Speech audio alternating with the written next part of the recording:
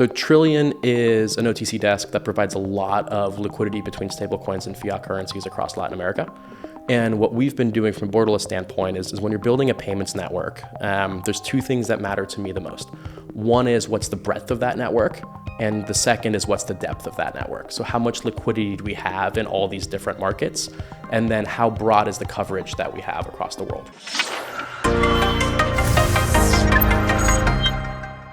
This episode is brought to you by Uphold, which is a great crypto platform that I've been using since 2018. Uphold makes it easy to buy, sell, trade cryptocurrencies like Bitcoin and altcoins. In fact, they have 300 plus cryptocurrencies on their platform, and they carry precious metals such as gold and silver, and you can swap between these assets. So it's really unique. Uphold is safe and reliable. I've never had any issues with them, and they are 100% reserved. You can review their transparency report. They don't commingle or lend out your funds.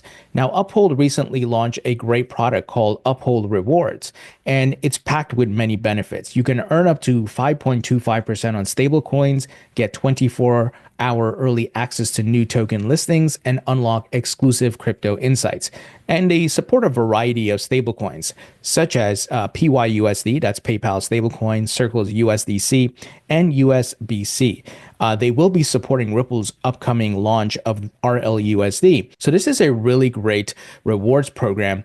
And if you'd like to learn more, please visit the link in the description. Hey folks, I'm down here at Station 3 NYC in New York's financial district, and joining me is Kevin Lehtiniitty, who is the CEO of Borderless XYZ. Kevin, I'm so happy we're doing this in person. Thanks for having me on. It's always more exciting to do things IRL. I'm just so tired of Zoom rectangles through screens. I'm excited that I'm meeting you face to face, have a real genuine conversation. That's what the industry is about. And it's a perfect timing because, Kevin, the Genius Act passed, right? It's stablecoin party time, innovation, and much more. We had an interview where we went through all the great things Borderless is doing.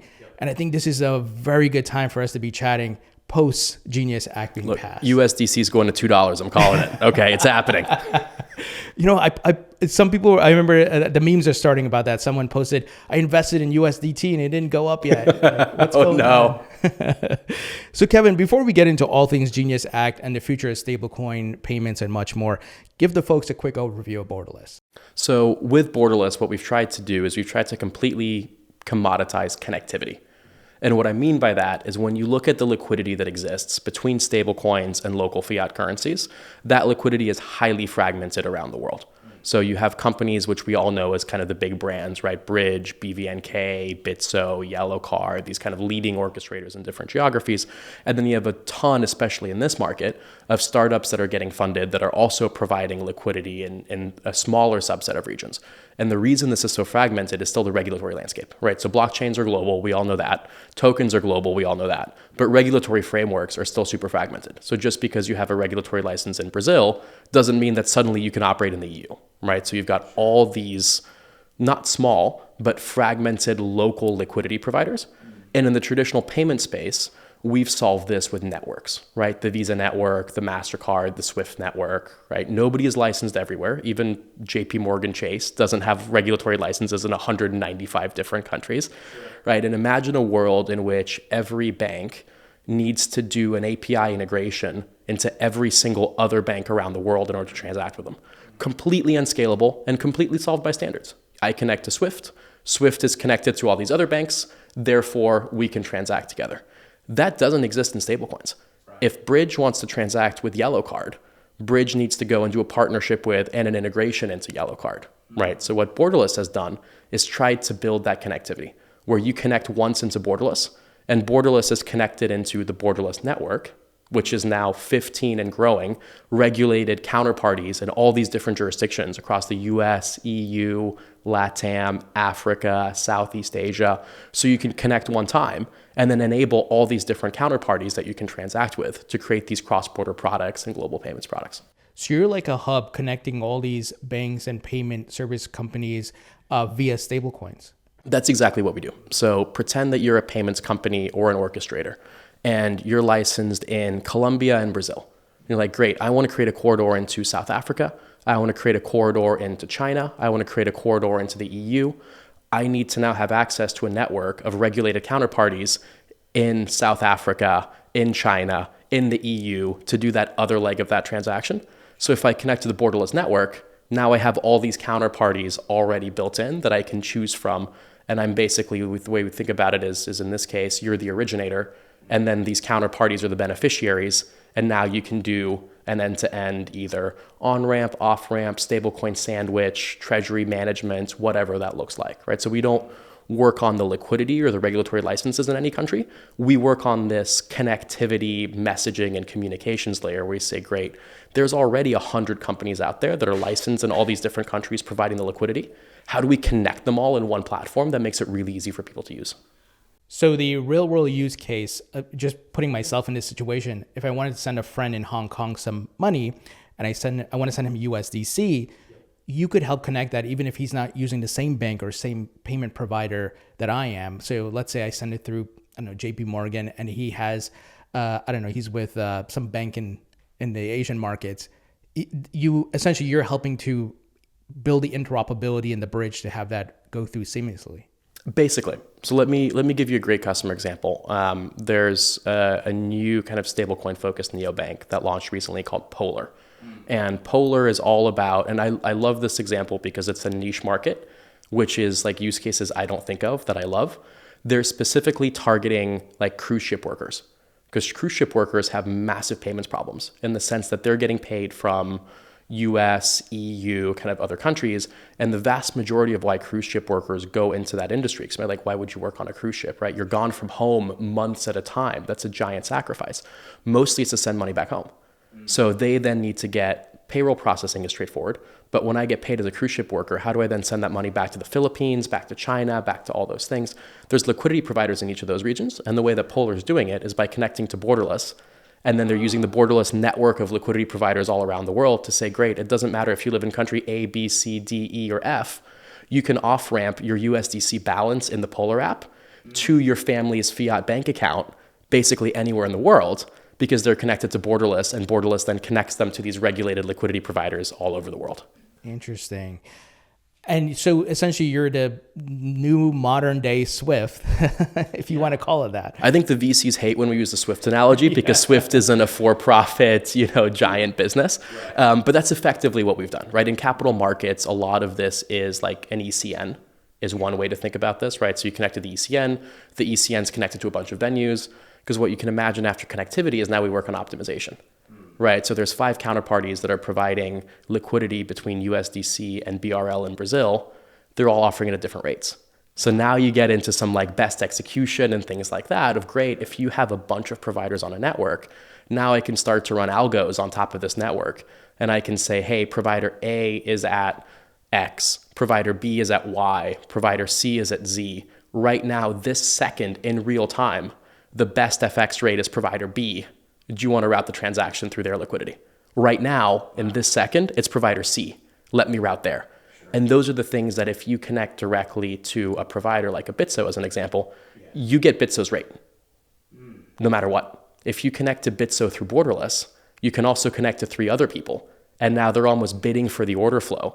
And you're able to route the transaction in real time to whoever has the best FX versus just being stuck with one person's rate. So there's all these cool things that you get to start to build on top of the liquidity. Oh, sure. And that's great. I mean, to have that option.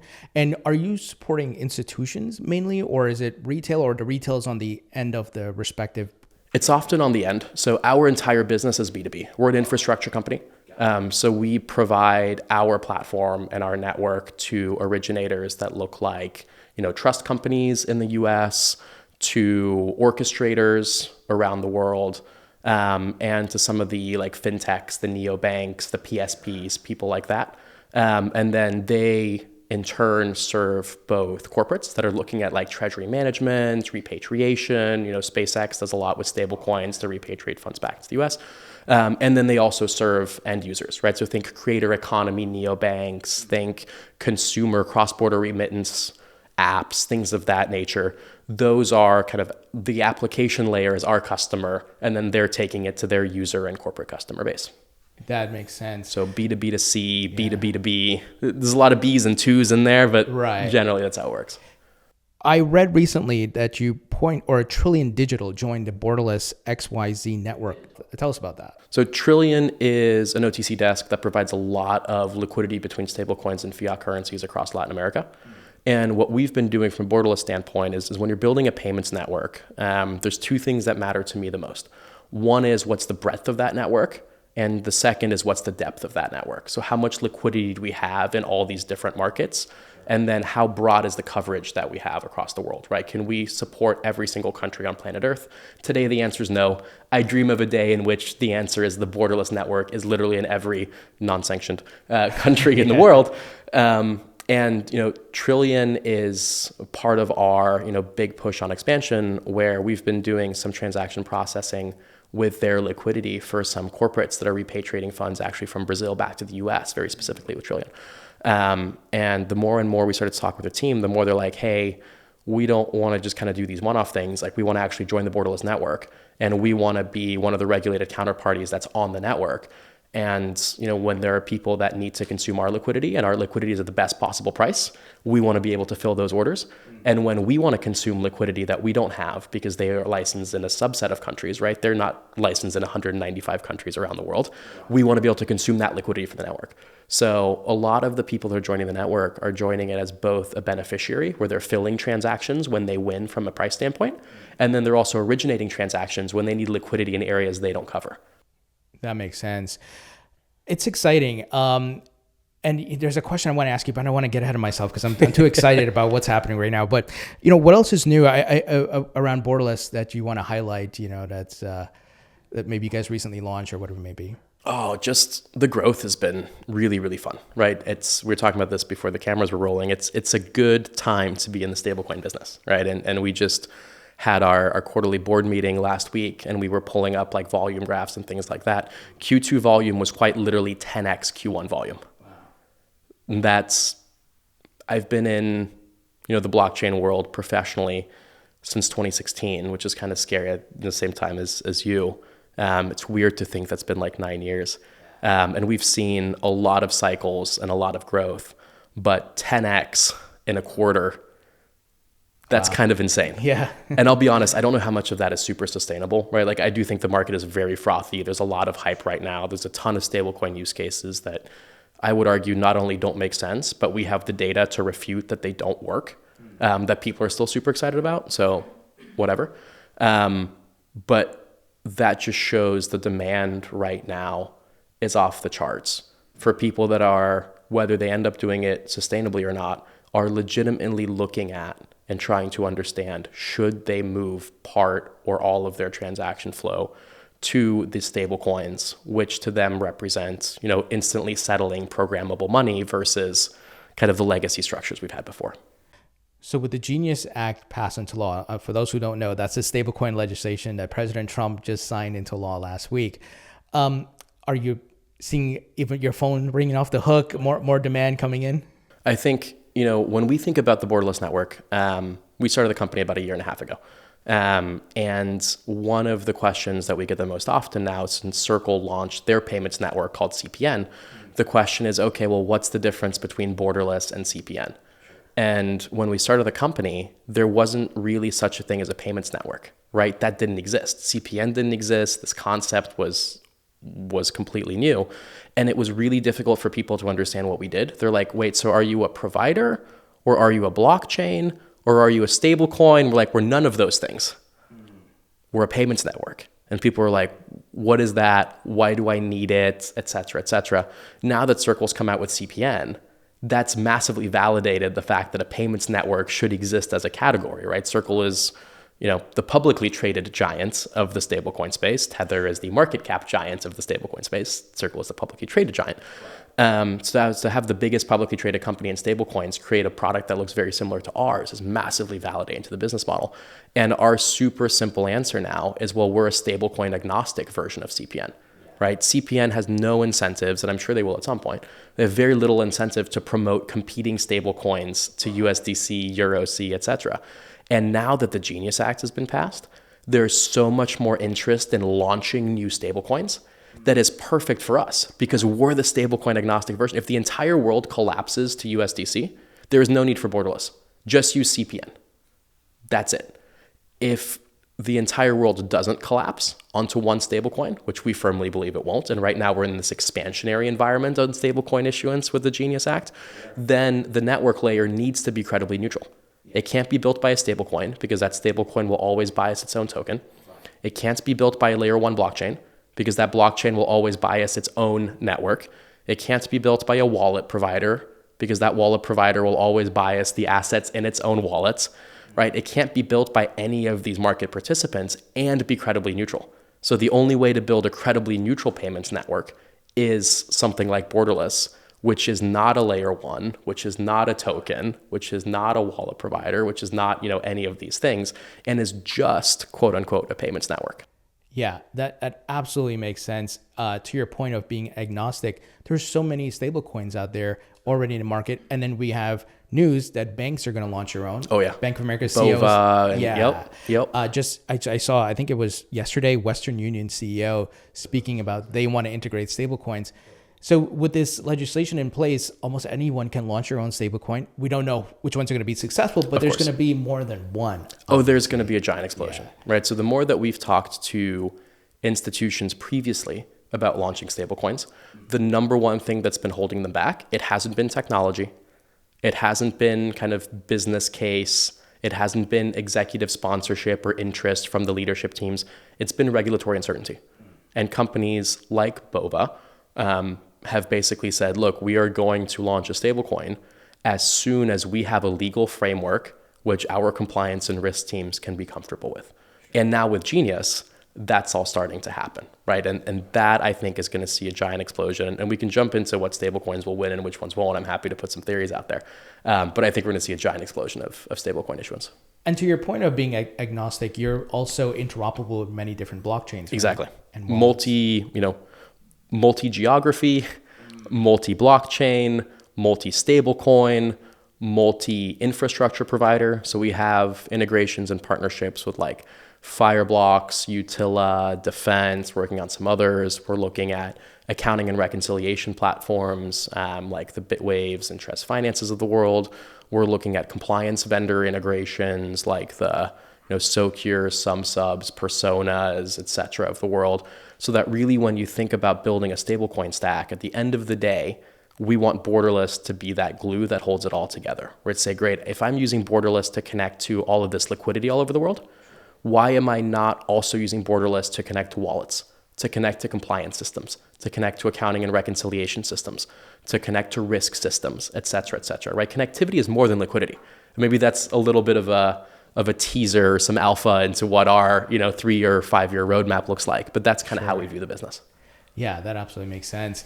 So do you expect everybody and their grandma to launch a stable coin now? And is this market going to get oversaturated and there's going to have to be some consolidation at some point? I think everybody and their grandma will launch a stable coin. Yeah. I think the vast majority of those stable coins will fail. There's 3 models that I think may do well. And I think the model which will fail completely across the board is this like third-party single issuer model. So what Circle and Tether have done, that market is dead. That opportunity no longer exists. It's owned by Circle. It's owned by Tether. If you're a tech startup saying, hey, you know what, I'm just going to build a stable coin and that's going to be my business, that's not going to work. The ones that I'm bullish on are people with distribution. So if you look at Circle's S1 filing when they did their IPO and you look at how much they pay to Coinbase and others for distribution, anybody that has a built-in distribution base can avoid those costs, which is absolutely massive. So in that realm, I'm thinking traditional payments companies. So the Western Unions, the MoneyGrams, et cetera of the world who already have all this distribution, super simple for them to flip on a stable coin, right? Well, simple is relative, but you get my point. Oh, yeah. PayPal's kind of started doing this with PYUSD. They own a tremendous amount of distribution themselves. Why give that to someone else? The corporates that have a large entrenched customer base. So Amazon stablecoin, Walmart stablecoin, Samsung stablecoin, these sorts of companies. I'm very bullish on those because they have existing giant customer ecosystems that they can push those into. And then I'm bullish on bank-owned stablecoins. Bova, they've made some announcements. I would imagine JPM, they did tokenized deposits. I would imagine like BNY and others are also looking at this. And I had a conversation with someone who works at a very large US institution maybe 3 or 4 months ago. And I asked him, because he's the head of the blockchain stuff there.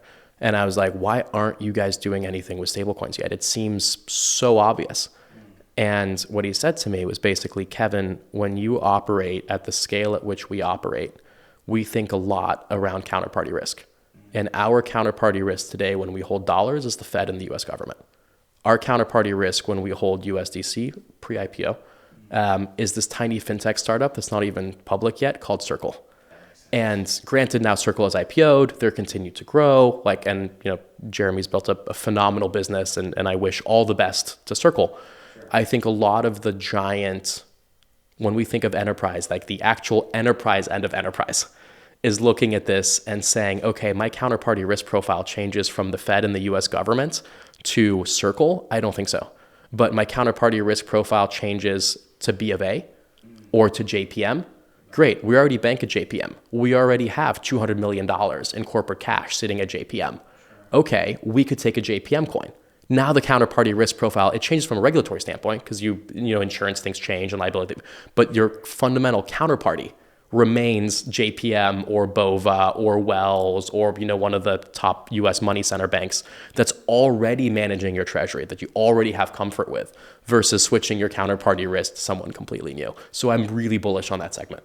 Yeah, and even the circles, right? The small companies, now they come in line because they're being audited and reviewed because of this legislation. So even if you had some skepticism about Circle, this is a small startup. Okay, they got distribution on Coinbase, but it's not like you said JP Morgan or some of these big banks. But now they have to validate that they have U.S. treasuries backing their reserves, the audits, and much more. It just eliminates that friction or barrier. It creates the consumer protections that have been missing. And I think one kind of more framework that I think is interesting is the partnership framework. So if you think about, I think USDG is leading the game here. What they've done with the consortium, saying, okay, going at it alone isn't going to work in the market anymore, right? That was the 2016 to 2018 play. Now we need to create critical mass. And maybe we ourselves, we're talking about people that have large amounts of distribution, Walmart, Amazon, et cetera, launching stablecoins. Maybe we're a smaller company that doesn't have that level of distribution. But if we can pool that distribution with a bunch of other companies, so you look at USDG and it's Paxos plus Anchorage plus Robinhood plus WorldPay plus I think Visa now. I wasn't sure if that was a rumor or not. Maybe it was a rumor. But putting together this consortium of companies behind a stablecoin, that I think is interesting. Yeah, when I saw that, I was like, wait a minute. This is interesting because the big names that are involved and it's global, by the name, what is it? Global Dollar Network. Global Dollar Network. GDN. Yeah. Yep. And then I saw Mike Novogratz' firm was also involved, and it's interesting. So maybe we could see more of these different types of consortiums created. I think there's going to be a consortium play, and I think the consortiums are going to be a winner take most. And today, Global Dollar Network was kind of the first to move, right? They were the first to create this consortium model, and they should get the credit for kind of creating this consortium model. Circle tried to do it with Center way back in the day. And then it just became Coinbase and Circle. But Global Dollar Networks actually pulled it off. And I think we're going to see quite a few of those enter the market. And whether it's USDG that wins or doesn't, I don't know. But we've had the privilege of being pretty close to that team. And we know some of the way that they're thinking about this. And I'm super bullish on the way that they're thinking about it. Yeah, it's fascinating. It's a stablecoin wars, right? That is, you need like some Star Wars soundtrack with the scrolling credits and the stablecoin wars. But that is what's happening. Look, the most profitable business on planet Earth by employee is a stablecoin. And I don't care if you're bullish or bearish on crypto, you gotta like the fact that it's the most profitable company on Earth by employee. Like in any CFO's office at any company around the world, that's going to raise the attention and that's going to get serious consideration. What do you think happens to Tether? Given that it's king of the hill, has the largest market share, it's had some issues in the EU with the MiCA regulations. It sounds like they're going to be okay in the US. The CEO said they're going to have a top 4 accounting firm do the full audit and all that jazz. Do you think they lose market share over time? So for the US, yes to the top 4 thing. Trump also called out Paolo by name when he was signing the Genius Act. Yeah.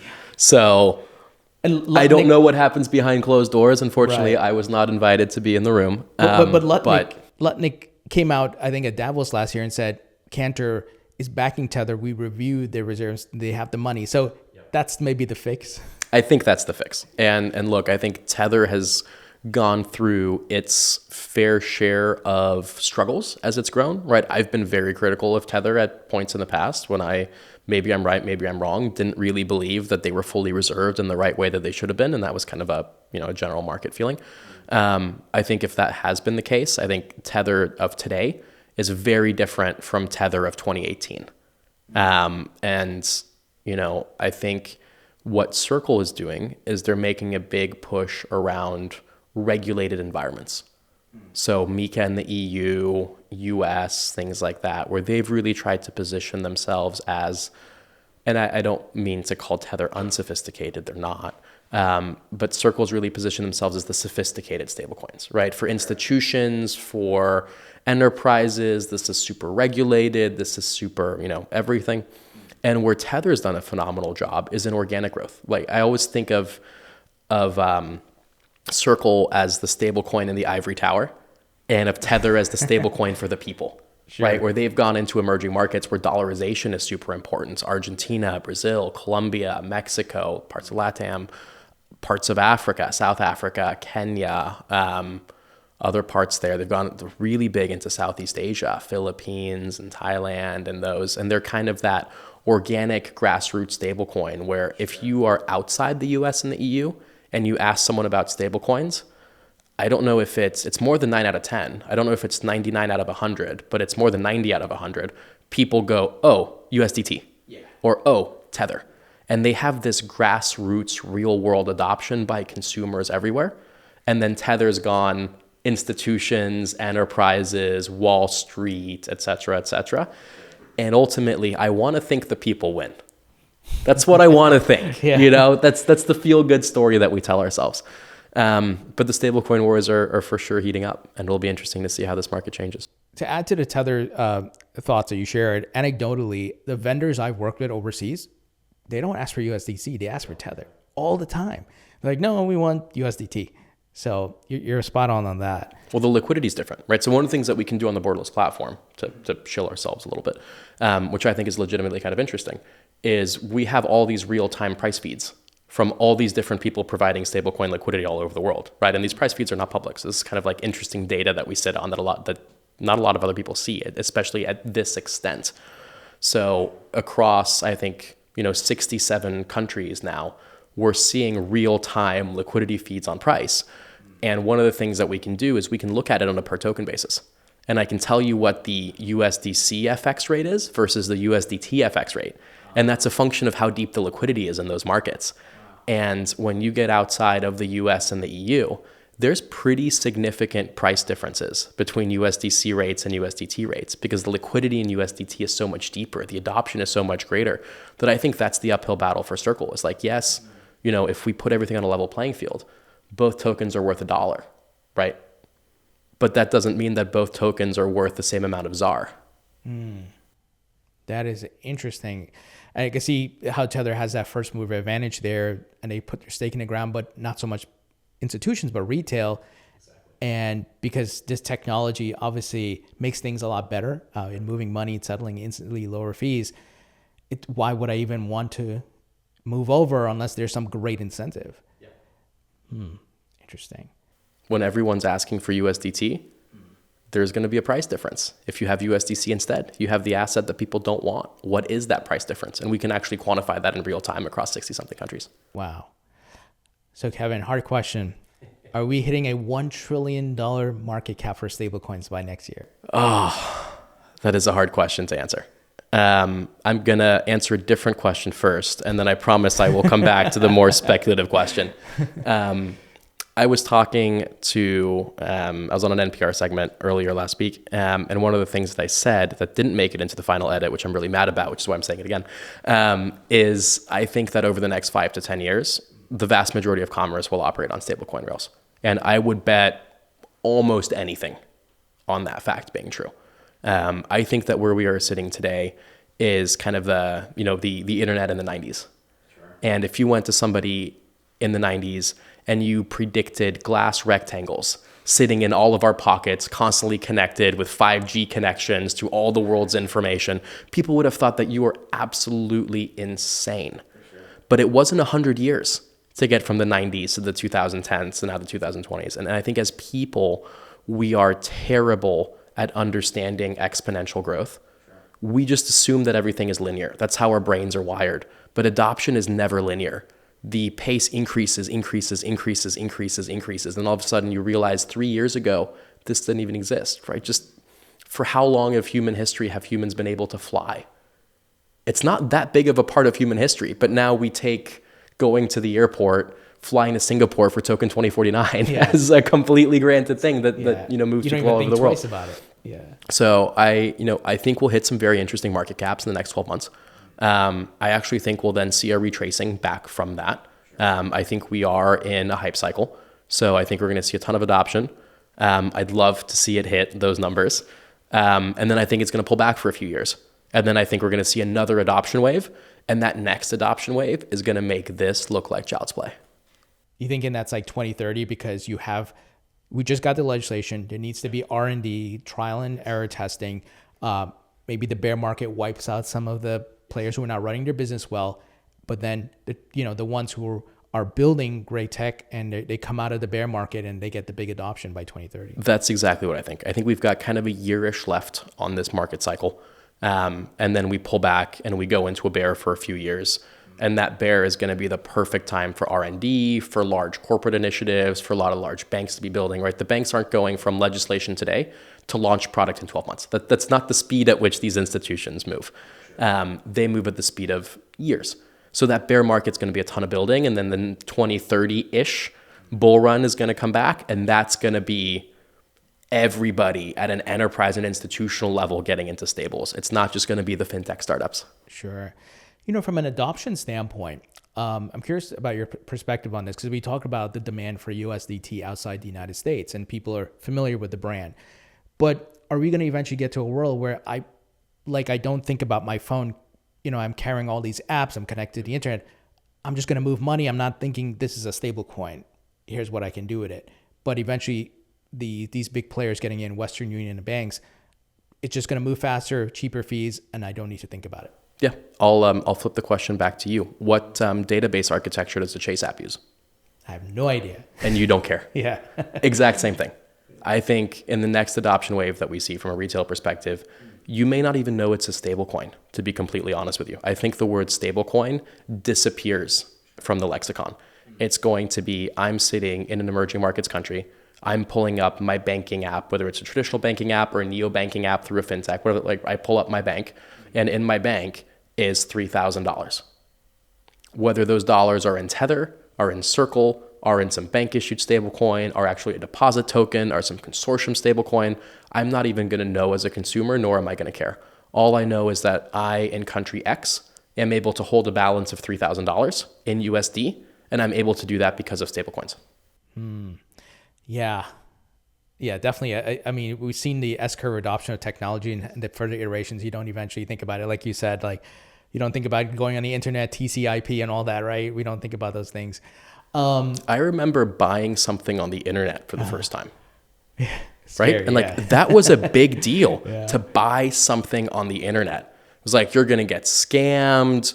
You're never going to get the package. It's going to be terrible quality. They're going to steal the credit card number and run up a bunch of other charges. I vividly remember my first time making an internet purchase. Now, it's not a thing. You don't even think it's the default method for how things are purchased, I would argue. I've never looked at the data, but I know in my own personal life, probably 90% of the things that I buy from the internet. I don't go walk into a brick and mortar store. It's just not a thing anymore. Same thing, stablecoins today, scary, blockchain, scary, big deal, rug pulls, other things like that. Fast forward 10 years from now, it's going to be the default way to move money. Absolutely. Do you think, though, there might still be a segment of the market, like the early adopters who are very knowledgeable about this technology and say, hey, I want to hold USDC on Coinbase because it gives me this X amount of APY per year. There might be a segment of the... Oh, yield's going to be a huge thing. And yield's not just going to be a pro user kind of a function. I think one of the giant benefits that you have, especially when you think about this from an emerging markets perspective, the biggest advantage is, hey, I can hold dollars instead of my own currency, right? That is value proposition one. Once that becomes table stakes, what's next? And the answer is now I can even earn yield on top of these holdings. That's amazing, right? And as people who are sitting here in New York and who live in the US, we take interest-bearing accounts so much for granted, right? We take and this was part of the stuff, kind of arguments that I made when we started the company, where people are like, I don't understand the use case for stablecoins. I'm like, you live in the US. Your default currency is US dollars. Go talk to someone in Argentina and go ask them why they want a stablecoin. You just can't appreciate that because you live in the country that owns the global reserve currency, right? And that's like maybe a cop-out, but that is a super privileged position to be in. And in addition to being the global reserve currency, we're also used to being able to open high interest accounts in one of, 10,000 VC-backed fintech apps that can sit on your phone. Absolutely. But all of a sudden, when you bring that into markets where that isn't something that they're used to, this is transformative for the people who live there. And I think yield is going to be the second value proposition for stablecoins. The first is going to be access to dollars, and the second is going to be access to yield. Yeah. You brought up a great point, because behind this genius, or another layer to this genius law being put into place, is the world reserve currency, the US dollar dominance, right? Mm-hmm. And this providing another avenue for people to purchase US treasuries. Yep. And you got BRICS trying to compete and bypass US dollar. But now that you put it in a digital format, here, throw the wide cast net out there, a bunch of people around the world are going to be able to easily access the dollar, get yield. Do you see this boosting the adoption of US dollar? Stablecoins are, without a doubt, and I will argue at length with anybody about this. This is a hill that I will die on. Stablecoins are by far the best way for the US to export the dollar around the world. That is a factual statement. And that is part of why, outside of whatever your political affiliations are and your feelings about the current administration and things like that, that can be very polarizing. I understand there's a wide range of views there. Outside of that, as a country, we need to be pro stablecoin, and we need to be pro fully reserved, and we need to be pro legislation and regulation around issuance, not because this is political party A or political party B, but because this is the best way to continue and grow US dollar dominance around the world. And our entire economy is based on US dollar dominance around the world. If that is all of a sudden untrue, the quality of life that we have all come to be complacent in and that we have all come to enjoy is going to look very, very different from now. And there are people, countries, governments, whatever, who aren't in first place, who wake up every day trying to figure out how they're going to be in first place. There's that great saying that I love. It's like, bad times create strong men create good times create weak men, and weak men create bad times. And I think it's difficult to argue that the US for the past 100 years hasn't been good times. And we've taken a lot of things for granted that other political nation states haven't been able to take for granted. And where they're hungry and they're innovative and they're trying to get to that top spot, we're becoming very complacent. And as stablecoins represents the best way for us to export the dollar globally, we as a country, regardless of political affiliation, need to all be all in on stablecoins if we're going to have a fighting chance over the long term. Yeah, and there's so much history behind the US dollar being the world reserve currency after World War II, and how that shifted the entire world. And then they backed it with gold, and all the other currencies were pegged to US dollar. And then you have, with this technology, the ability for China or folks in the EU or Russia or whatever to be able to try to take advantage, because it's moving so fast. It's in digital format, and I can easily push it into different markets.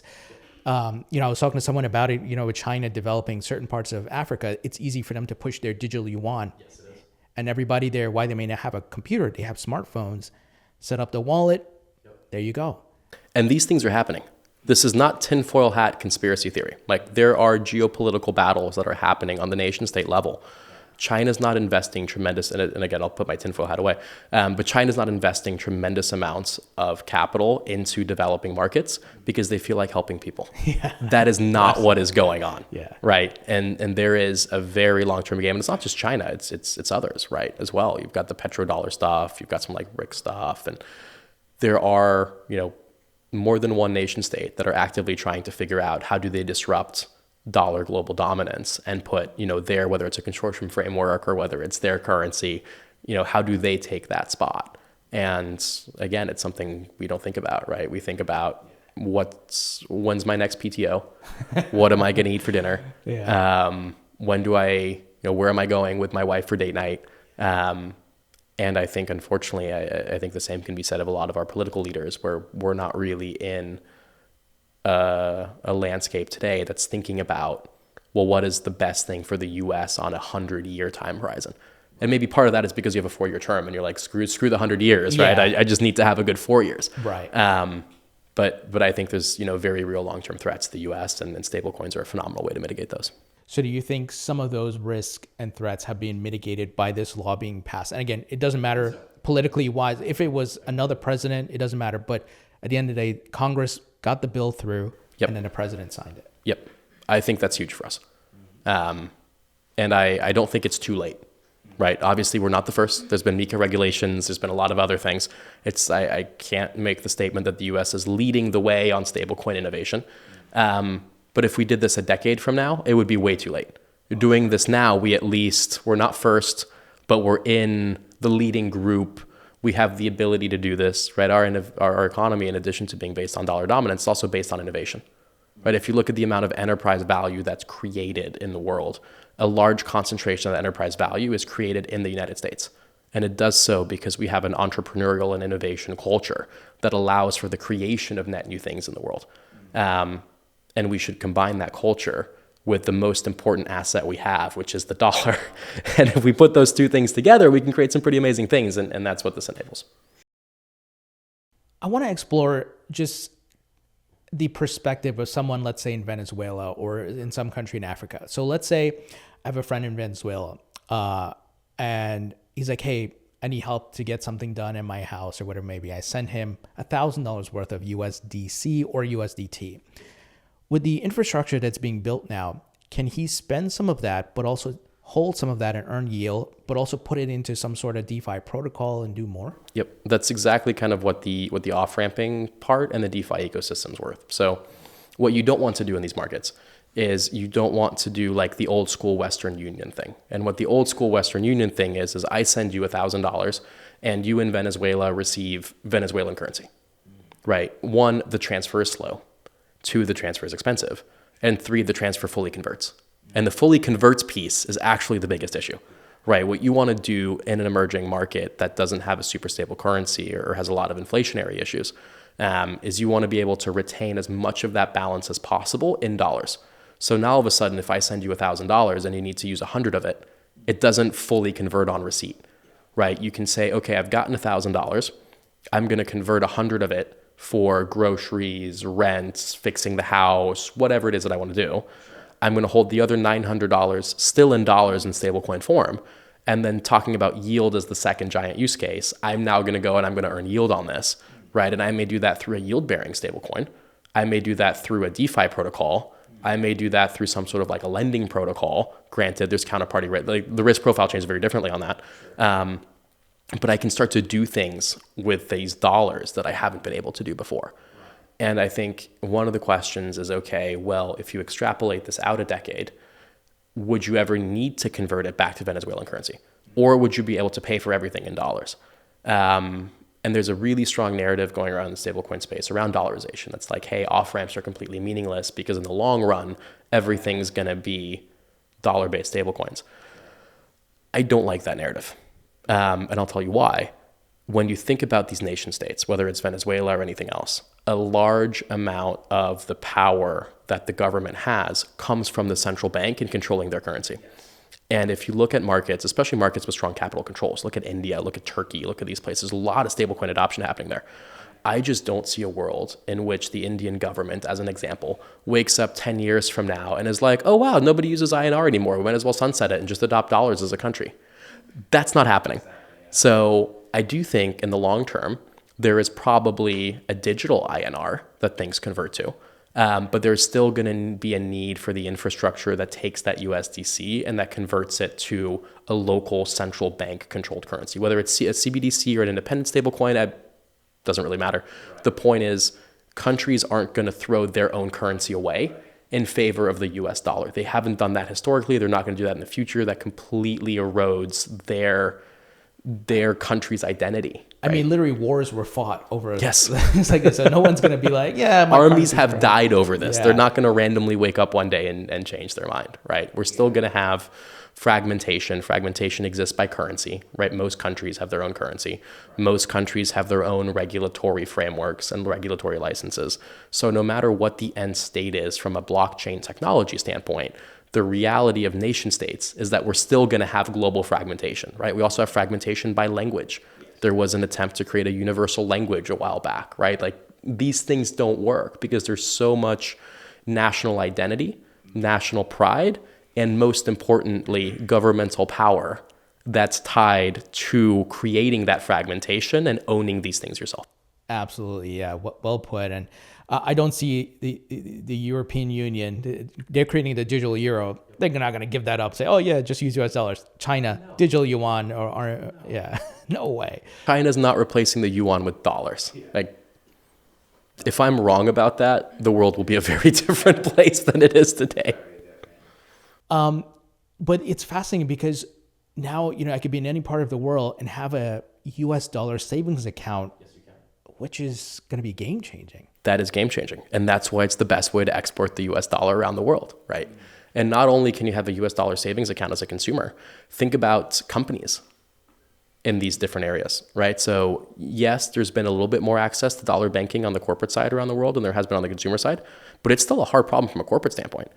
And if you think that, your $1,000 of savings in an emerging market country is a big deal to you, imagine what the corporate balance sheet is as a big deal to that corporate, right? And now stablecoins are also massively changing the treasury game because all these companies in emerging markets that haven't been big enough to get multi-currency accounts and things of that nature, but have considerably more dry powder than the average retail individual, they're also looking at it going, wait a minute, we can protect against inflation on our entire balance sheet by going to a stablecoin. And then we can start to create yield-bearing programs on top of that with interest-bearing things, with tokenized T-bills, with Benji and Biddle and all those different things, the work that Ondo's doing on a lot of the tokenizing yield and money market fund side.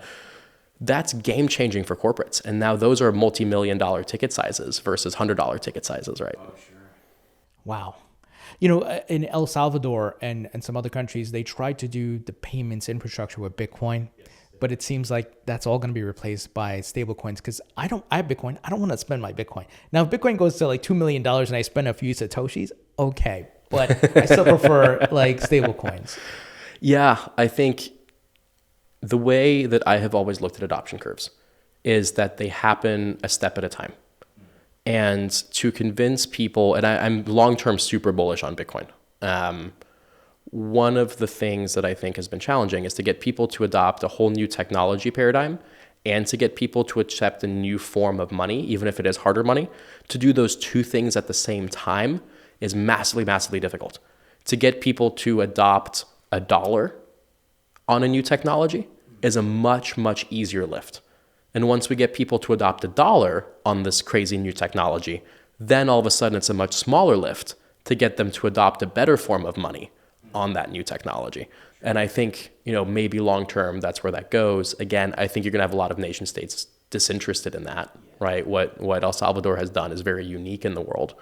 And I don't think that we're going to see a bunch of nation states adopt a Bitcoin standard, unfortunately. Maybe they do.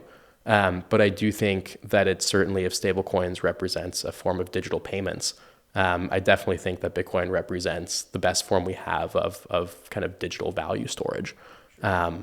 But I agree with you. It's not going to become the default payments mechanism. And it's like you said, a store of value digital gold. If I have a gold bar, I'm not spending that. I'm not carrying it around to the store, right? But I use my local currency. But that gold bar stays in my safe. I definitely want to keep it, and I want it to appreciate in value over time, but I want to spend my local currency. It's just easier, and I feel like it's the same thing happening with Bitcoin. Exact same thing. And I think there's massive treasury use cases for Bitcoin, right? Not in terms of like a leverage thing, like some other companies have been doing, but I do think that every company, if you've got a long-term treasury strategy, it's going to include T-bills, it's going to include things like that. A lot of that is dollarizing with stablecoins. I think it really would behoove most people to have a long-term treasury strategy that revolves around Bitcoin, right? And you don't need to do the whole micro strategy, like complete dive into the deep end. But if you're a corporate that's holding $100 million in treasury that represents 10 years of lifespan, why wouldn't you take 20 million of that? And if you don't need it for 10 years, hold it in Bitcoin, right? Sure. It really is, to use your digital gold narrative, like it's a much better way to store long-term funds. Now, if you need liquid availability, stablecoins are going to be way better for that. But if you have a long-term treasury, I think it belongs on most people's balance sheets. Yeah. All right. I want to get your thoughts on the Clarity Act, the market structure bill that is expected to pass late September, early October. What do you think the impact is going to be on the market for that? I think for lack of a better word, we're finally going to have regulatory clarity. Well-named act, I guess. Crypto Week guy gave us not just genius, but it also gave us some clarity. And I think one of the things that's been really difficult for digital assets here in the US has been, what is the regulatory framework that applies, right? Is it a security? Is it a commodity? Kind of what happens here? And kind of under Gensler, I think there was some overreach, right? I think maybe that's a polite way to put it. There are a lot of arguments that were made that like, hey, everything's a security, like it just went a little bit nuts. But fundamentally, that is a very good question. And it's a question that nobody yet has been able to answer because we haven't given it regulatory clarity. And if we can get clarity passed, I really like the concept of the dual market structure, right? I think that makes a lot of sense. One of the analogies that I love to use for like, oh, how do you regulate a token is like, great, how do you regulate a PDF, right? A PDF can be an image of my cat. A PDF could be the title to my car. A PDF could be a legal agreement. Regulating a PDF makes no sense. Regulating what the PDF represents, that makes a lot of sense, right? And I believe the same thing about tokens. And how do you regulate a crypto token, I think is a horrible question to ask because there's so many different structures of token. A token is just software. That's all it is. How do you regulate software? Well, what does the software do? If the software makes payments, you probably regulate it like payments. If the software lets you post funny JPEGs of your cat, you probably regulate it like a social network, right? And I think Clarity is some really good first steps of doing that, of saying, okay, we're not just going to regulate a piece of software as this blind, overarching thing. We're going to look at the characteristics and we're going to say, okay, what does this actually do? And then based off of what it actually does, then we're going to regulate it as a commodity or as a security. And I think we can take that framework a lot further. And I really hope that this evolves over time. But I think that's a great place to start. Yeah, I'm so excited to have that in the market. I know it's not perfect, but it's going to really help, give the market and builders and innovators clarity, and they can, stop looking over their shoulder and just put their heads down and start working, right? That's what we need to do. Short term, number go up. Long term, yeah. Builders building. That's what's actually sustainable. Yeah. And it's funny, along with stablecoins, we see a lot of banks and big institutions are now looking to launch crypto services, DeFi, trading, custody, and so forth. And this bill might spark a huge adoption run.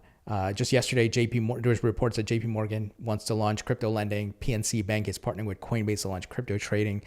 It's incredible what's happening. These giant institutions that make tremendous amounts of money are not dumb. They haven't been on the sidelines of this market because they didn't see opportunities to make money. They've been on the sidelines of this market because they haven't had the regulatory clarity to enter that market. And they understand the size of the target that is on their backs versus the size of the target that is on other people's backs.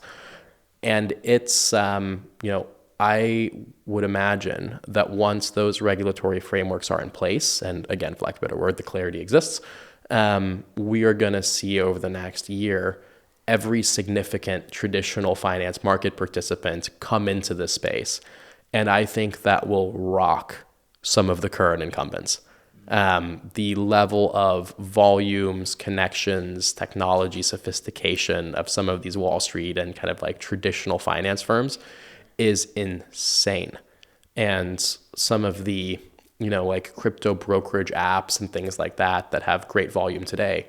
I would argue one of the only reasons they have volume today is because people can't do this in JPM or Schwab or E-Trade or other places. As soon as that turns on, I would not want to be in their business. Spot on. I've been talking about this, that, crypto native companies, they better up their game because... And I think that's good. I think that's healthy for the market. Crypto native companies should be winning because they're providing the best products and services to their customers. They shouldn't be winning because the competition is sidelined by fear. Right. Well put. Man, I'm excited. I think it's going to be a great Q4 for Q3. And we got to do another round of this since you are close by. You're like a 10-minute right up the walk. street. It's perfect. Awesome. Kevin, pleasure. Thank you for joining me. Thank you for the time.